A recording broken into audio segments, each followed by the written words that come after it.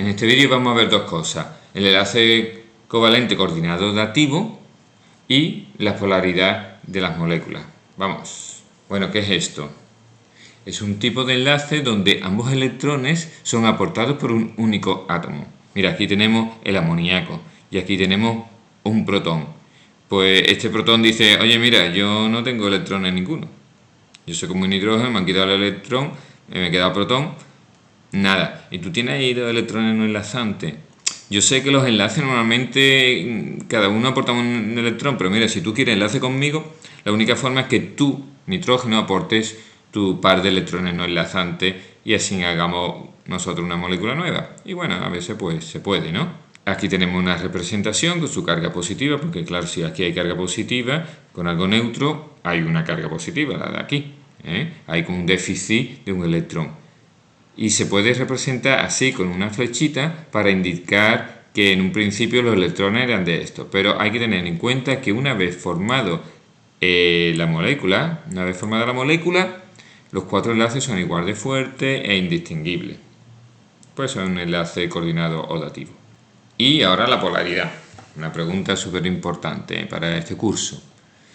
Mirad, cuando hablamos de polaridad, podemos hablar de la polaridad del enlace, de un enlace concreto que haya en una molécula, o de la polaridad de la molécula entera. Si queremos hablar de la polaridad de la molécula entera, primero hay que ver la polaridad de cada uno de sus enlaces. Así que vamos a verlo en dos pasos. Un enlace es apolar cuando los dos átomos que lo forman tienen la misma electronegatividad, y eso solo es posible si los dos átomos son el mismo elemento. También hay que decir que el hidrógeno y el carbono tienen casi la misma electronegatividad, entonces en algún momento dado podemos decir que son casi apolares estos enlaces.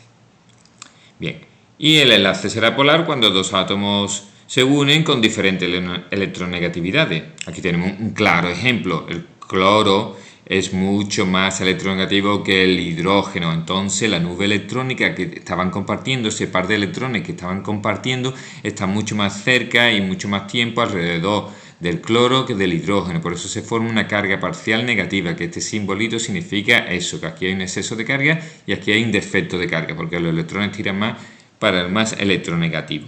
Consecuencia de tener un enlace polar: que se crea un momento dipolar. Un error muy normal en los alumnos es empezar a hablar del momento dipolar sin haber dicho de dónde sale. Bueno, pues hay que decir que hay un enlace que es polar porque hay átomos con diferentes electronegatividades enlazando, y entonces ahí se forma un momento dipolar en el enlace, que se simboliza así, una magnitud vectorial que sería igual a la carga por la distancia a la que se encuentra. La fórmula nos da un poquito igual, pero hay que mencionar que los enlaces polares forman momentos dipolares. Y ahora queremos ver cuando una molécula es polar. Bueno, pues se tienen que cumplir dos condiciones. Por un lado, que tenga enlaces polares. Si todos los enlaces son apolares, ya la molécula no va a ser polar, que podría ser, por ejemplo, el caso de aquí, la molécula de flúor o de la de oxígeno. El enlace no es polar porque está formado por dos átomos iguales, o aquí dos átomos iguales, y además todos los electrones no enlazantes se disponen en el espacio de una forma simétrica, ¿no? Entonces todo es uniforme y la molécula no es polar.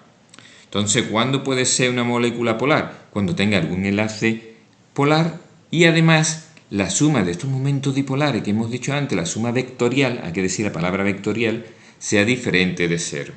Oye, ¿yo cómo sé esa suma vectorial que tengo que hacer ahora vectores? No, miramos un poquito la geometría de la molécula y vemos si se contrarrestan.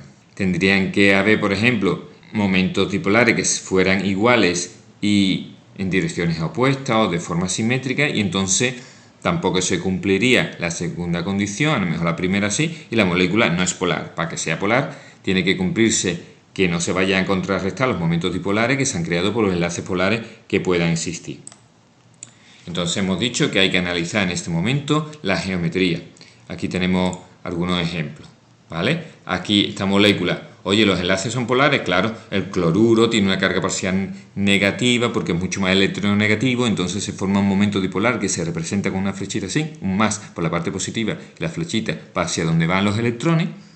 y aquí hay otro, y aquí hay otro, y aquí hay otro. Pero dada la geometría, diríamos que la suma vectorial de estos 4 momentos dipolares es igual a 0 y la molécula será apolar. En cambio, nuestra molécula vemos que es diferente, ¿vale? Tiene un hidrógeno aquí y aquí hay 3 cloruros. Entonces estos momentos dipolares serán como estos, ¿vale? El cloruro tirando de electrones, tiene una carga parcial negativa hacia acá, todos cada para su lado, pero para abajo. El hidrógeno con el carbono, oye, el hidrógeno era el menos electronegativo de los no metálicos, lo habíamos dicho en otro vídeo. Así que hay un momento hacia abajo, aunque sea chiquitito, porque las electronegatividades, como acabamos de decir, del hidrógeno y del carbono son parecidas. Pero esto tira un poquito para abajo, un poquito para abajo, un poquito para abajo. Total, que la suma vectorial tendrá una componente hacia abajo, con lo cual esta molécula es polar. Vamos a ver qué es lo que pasa cuando hay pares de electrones no enlazantes. Pues estos nunca son determinantes, pero pueden aumentar o disminuir la polaridad de una molécula, como un factor secundario. Venga, vamos a ver este ejemplo de aquí. Oye, el flúor mucho más electronegativo que el nitrógeno, así que tenemos momentos dipolares que apuntan hacia abajo.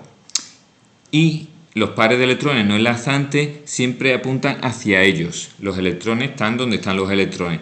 Así que, por el hecho de existir este par de electrones no enlazantes, esta molécula es un poquito menos polar, pero sigue habiendo un momento dipolar resultante hacia abajo. ¿Qué pasa si tenemos una disposición así donde no está claro cuál es el átomo central? Bueno, pues en esta molécula tomaríamos el oxígeno. ¿Por qué? Porque aquí entre el carbono y el hidrógeno habíamos dicho que casi que no hay momentos dipolares, así que esta es la protagonista. Más electronegativo hacia aquí, más electronegativo hacia aquí, entonces claramente habrá un momento dipolar neto hacia acá y esta molécula es polar. Aquí tenemos un metal, cuidado con el hidrógeno. El hidrógeno habíamos dicho que comparado con los no metales era muy poco electronegativo, pero comparado con un metal es más electronegativo, así que lo tendremos en cuenta a la hora de pintar las flechitas que simbolizan los momentos dipolares. Bueno, pues con esto ya podemos hacer ejercicios de polaridad que son muy frecuentes. Un saludo.